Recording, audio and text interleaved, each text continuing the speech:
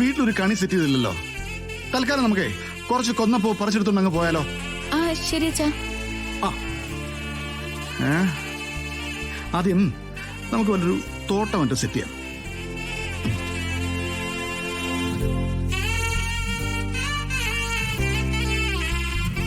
അച്ഛാ അവിടെ അങ്ങോട്ടേക്ക് അങ്ങോട്ടേക്ക്.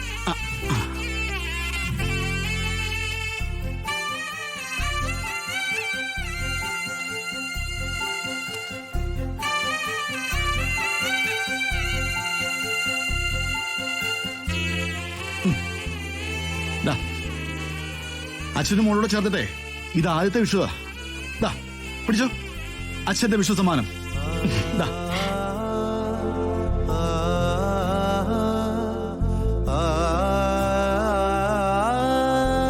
ഇനി കൈ നീട്ടമൊക്കെ നമുക്ക് വീട്ടിൽ ചെന്നിട്ടാവാം. കളിക്കുന്ന കയ്യിൽ കിട്ടിപ്പോ അവളുടെ ഒരു സന്തോഷം കണ്ടില്ലേ? ഇപ്പൊ എന്റെ മോളുടെ മുഖത്ത് നല്ല സന്തോഷമുണ്ട്. പക്ഷേ ഇന്നലെ ഇങ്ങനെ ആയിരുന്നില്ല അല്ലേ മോളിക്കുട്ടി? ഇന്നലെ എന്തായിരുന്നു കുഴപ്പം? നമ്മൾ ഒന്നിച്ച് നവീന്റെ വീട്ടിൽ എത്തുന്നവരെ ഒരു പ്രോബ്ലം ഉണ്ടായിരുന്നില്ല. പക്ഷേ അവിടുന്ന് ഇറങ്ങിയപ്പോ മുതല് ഞാൻ കണ്ടത് വേറൊരാളെയാ. മോൾക്ക് നല്ല ക്ഷീണം ഉണ്ടായിരുന്നു. അച്ഛൻ സംഭവിച്ചു വ്രതമായിരുന്നു, അതും അറിയാം. പക്ഷെ അങ്ങനെ ഒരു സാഹചര്യത്തില് തളർന്നു പോകുന്ന ഒരാളല്ലല്ലോ എന്റെ മോള്. അത് മാത്രമല്ല പ്രശ്നം, വേറൊരു കാര്യം കൂടെ അച്ഛൻ ശ്രദ്ധിച്ചു. എന്താ? നവീന്റെ വീട്ടിൽ നിന്ന് തിരിച്ചു വന്ന നിമിഷം മുതല് മോൾ അച്ഛനോട് കുറച്ച് അകലം കാണിച്ചോന്നൊരു സംശയം. അതേതായാലും സത്യം തന്നെയാ. പിന്നെ സാറിനോടല്ലേ കൃഷ്ണ അകലം കാണിക്കുന്നത്? അതെ, സ്നേഹക്കൂടുതൽ കൊണ്ട് സാറിന് തോന്നിയതായിരിക്കും.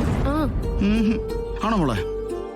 അച്ഛനോട് ഇന്നലെ പിണങ്ങി എന്നാണ് തോന്നിയതെങ്കിലേ ഇന്ന് ഞാൻ പിണങ്ങിയിരിക്കാം, പോരെ? യോ വേണ്ട വേണ്ട, അതൊന്നും വേണ്ട. എന്നെ മനസ്സിൽ തോന്നിയത് ഞാൻ പറഞ്ഞതേ ഉള്ളൂ. അതിനെന്താ കുഴപ്പം? ഒരു കുഴപ്പമില്ല അച്ഛാ. ഇന്നലെ എനിക്ക് നല്ല ക്ഷീണായിരുന്നു. പിന്നെ അത് പറഞ്ഞ അച്ഛൻ എന്നെ കൊണ്ട് ആശുപത്രിയിൽ പോവല്ലോ, അതുകൊണ്ടാ മിണ്ടാതിരുന്നെ. ആശുപത്രിയിൽ പോയാ അവരെന്നെ അഡ്മിറ്റ് ചെയ്യില്ലേ? പിന്നെ വിഷുവായിട്ട് ഞാൻ ആശുപത്രിയിലൊക്കെ കിടക്കണ്ടേ. അതായിരുന്നെങ്കിൽ പിന്നെ അത് വിട്ടേക്ക് മോളെ. എന്റെ മോള് നല്ല കാര്യമല്ലേ ചെയ്തേ. വാ വാ, എന്നാ നമുക്ക് പോവാം. കണിയൊരുക്കണ്ടേ? വാ.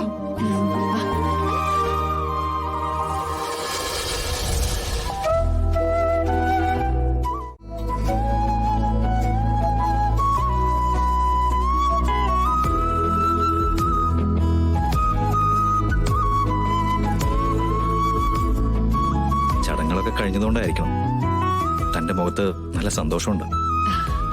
അതെ, ഈ കണ്ണാടിയിൽ നോക്കുന്നത് പോലെ. കണ്ണാടിയിൽ നോക്കി നമ്മളൊന്ന് ചിരിച്ചാ നമ്മുടെ പ്രതിബിംബവും ചിരിക്കില്ലേ? അതുപോലെ നവീന്റെ മുഖത്തൊരു ചിരിയുണ്ടെങ്കില് ആ ചിരി എന്റെ മുഖത്തുണ്ടാവും. എന്റെ അമ്മോ, ഇതൊക്കെ കേൾക്കുമ്പോ എന്തൊരു മനസമാധാനം എന്നറിയോ? എപ്പോഴും എപ്പോഴും ഇങ്ങനെ ഓരോന്നും പറയാത്ത എന്താ? എനിക്ക് തോന്നുമ്പോ ഞാൻ പറയുന്നുണ്ടല്ലോ.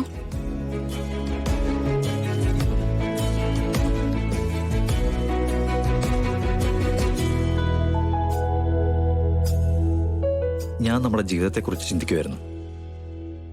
സാധാരണ എല്ലാവരും പറയുന്നത് ഈ പ്രസംഗിക്കുന്നവരൊക്കെ ദാമ്പത്യ ഒഴുക്കാണ്, അതിങ്ങനെ ഒഴുകിക്കൊണ്ടേയിരിക്കുന്നല്ലേ.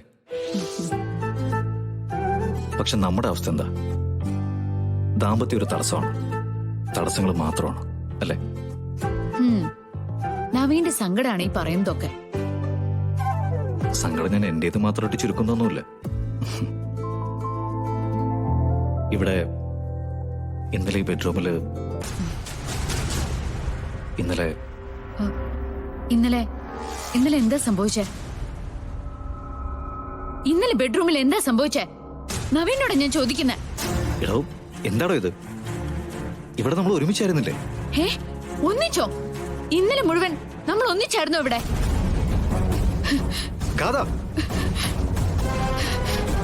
സത്യം പറ നവീൻ, ഇന്നലെ ഈ ബെഡ്റൂമില് എന്തൊക്കെ നടന്നു?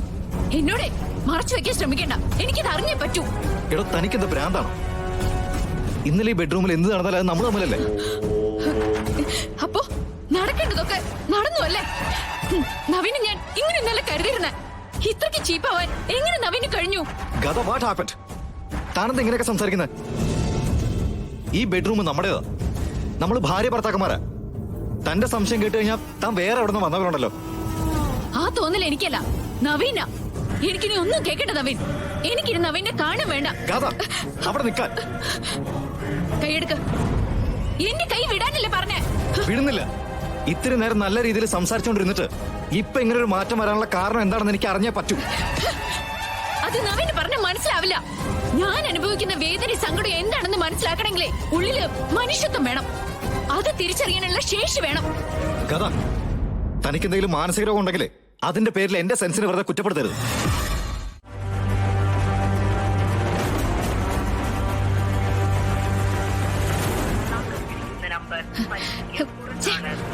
ആ നാശം പിടിച്ചവളെ ഫോണിൽ കിട്ടുന്നില്ലല്ലോ.